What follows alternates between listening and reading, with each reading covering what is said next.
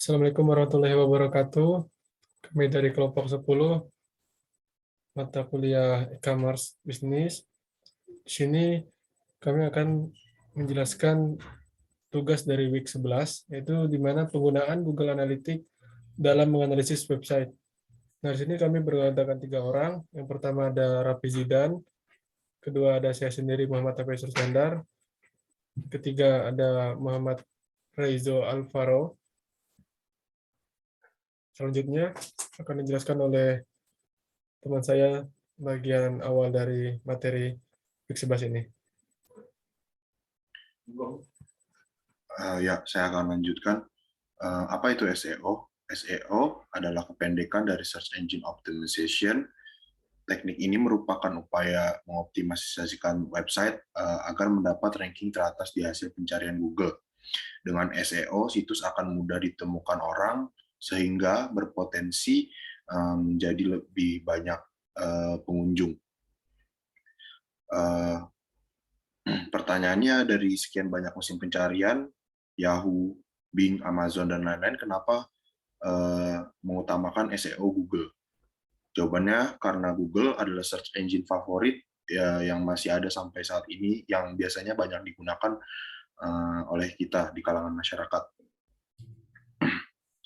Buktinya ada sekitar 3,5 miliar pengguna melakukan pencarian melalui Google. Dan bahkan faktanya 53% traffic website datang dari pencarian organik SEO. Pencarian organik yaitu aktivitas mencari informasi dengan memasukkan keyword tertentu ke dalam Google. Selanjutnya itu dampak yang ditimbulkan oleh SEO terhadap website. 1. Blog semakin ramai.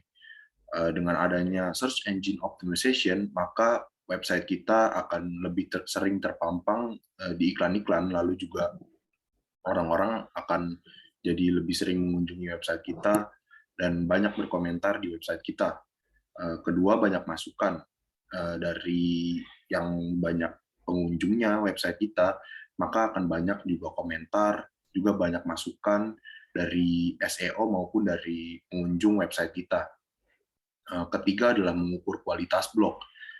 Pada mengukur kualitas blog ini, dari SEO kita akan disediakan analitik berapa sehari pengunjung website kita, lalu apa saja yang bisa kita tingkatkan untuk kemajuan website kita.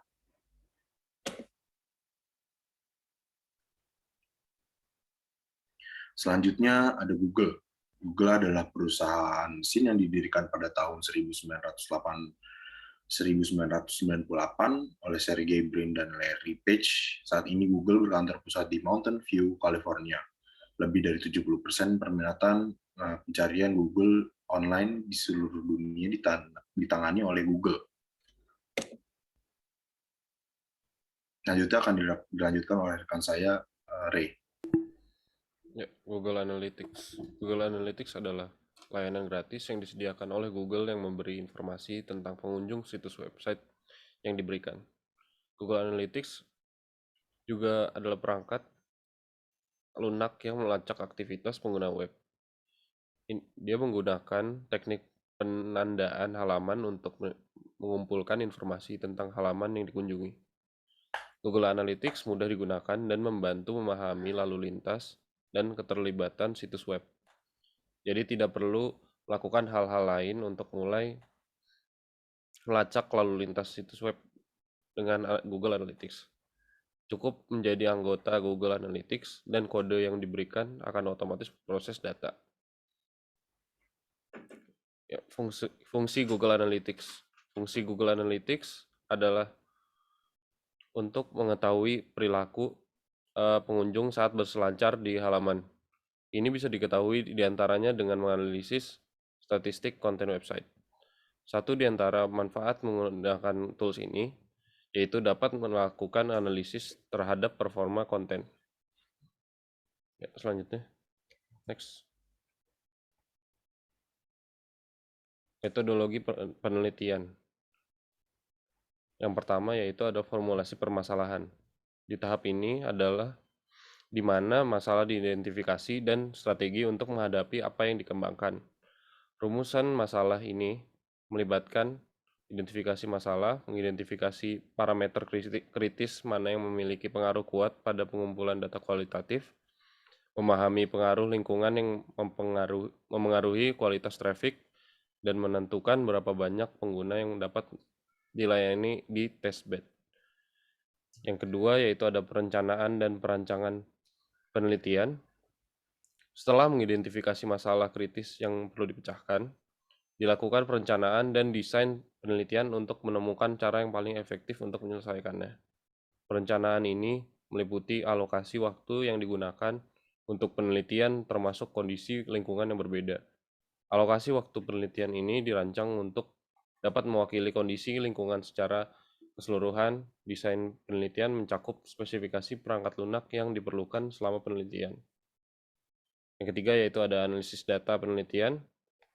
Hasil penelitian dianalisis untuk melihat karakteristik apa dalam pencarian data laporan yang dapat digunakan untuk membuat rekomendasi penggunaan alat.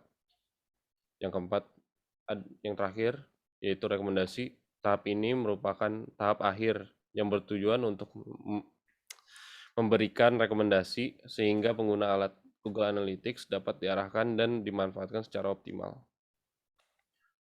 Next.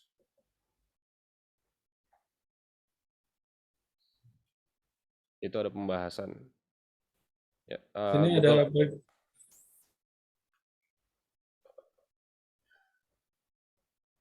Sini ada bagian pembahasan. Bisa dilanjutkan oleh Hafiz Rusnander. Ya, baik. Nah, di sini ada bagian pembahasan. Nah, untuk bagian pembahasan sendiri, Google Analytics termasuk salah satu website analitik yang berguna untuk mengukur dan menganalisis pengunjung situs agar mendapatkan wawasan dan mendorong perbaikan. Nah, ada 3, yaitu mengukur, menganalisis, dan memperbaiki. Nah, Google Analytics sendiri mempunyai 4 komponen yang menggambarkan bagaimana Google Analytics itu bekerja. Nah, selanjutnya yaitu yang pertama ada collection. Nah, collection sendiri di mana tahap ini menjelaskan cara memasukkan data ke Google Analytics untuk mendapatkan data dari Google Analytics sendiri.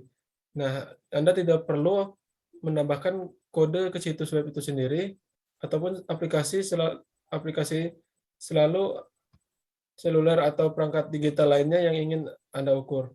Kode ini direkam semua aktivitas bagaimana pengguna di situs web yang Anda gunakan. Nah, yang kedua ada configuration. Configuration ini selama ada data pemrosesan data, Google Analytics menyesuaikan data mentah dari proses pengumpulan sebelumnya menggunakan pengukuran atau pengaturan di akun Google Analytics sendiri.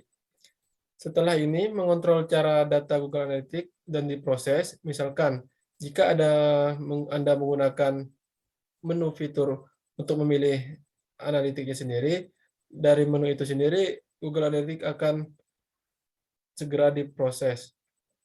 Nah, yang ketiga, processing. Nah, processing ini sendiri merupakan bagian dari configuration itu sendiri. Nah, sesuai dengan penjelasan configuration, processing ini sendiri sangat membantu ataupun aktivitas setelah melakukan configuration itu sendiri. Nah, yang keempat ada reporting. Nah, reporting ini setelah Google Analytics menyelesaikan langkah-langkah proses atau processing-nya, dapat diakses dan dianalisis data yang kita gunakan menggunakan reporting interface yang memudahkan untuk digunakan dan visualisasi datanya. Lalu, Google Analytics juga menyediakan Google Analytics Core Reporting atau API untuk mengkonstuminasi report. Tentunya dengan bantuan programmer atau pihak ketiga yang sangat mengerti tentang API ini, maka penggunaan API sangat mudah untuk digunakan. Next.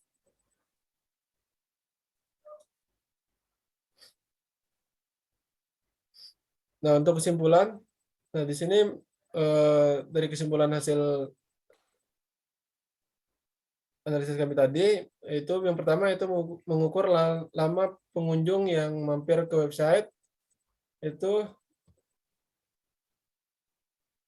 bagaimana dari hasil observasi yang dilakukan dengan tools Google Analytics ini, semua data yang dikumpulkan itu pengunjung yang datang itu dapat kita analisis berdasarkan hari waktu yaitu per minggu, bulan, dan jumlah total tahunan.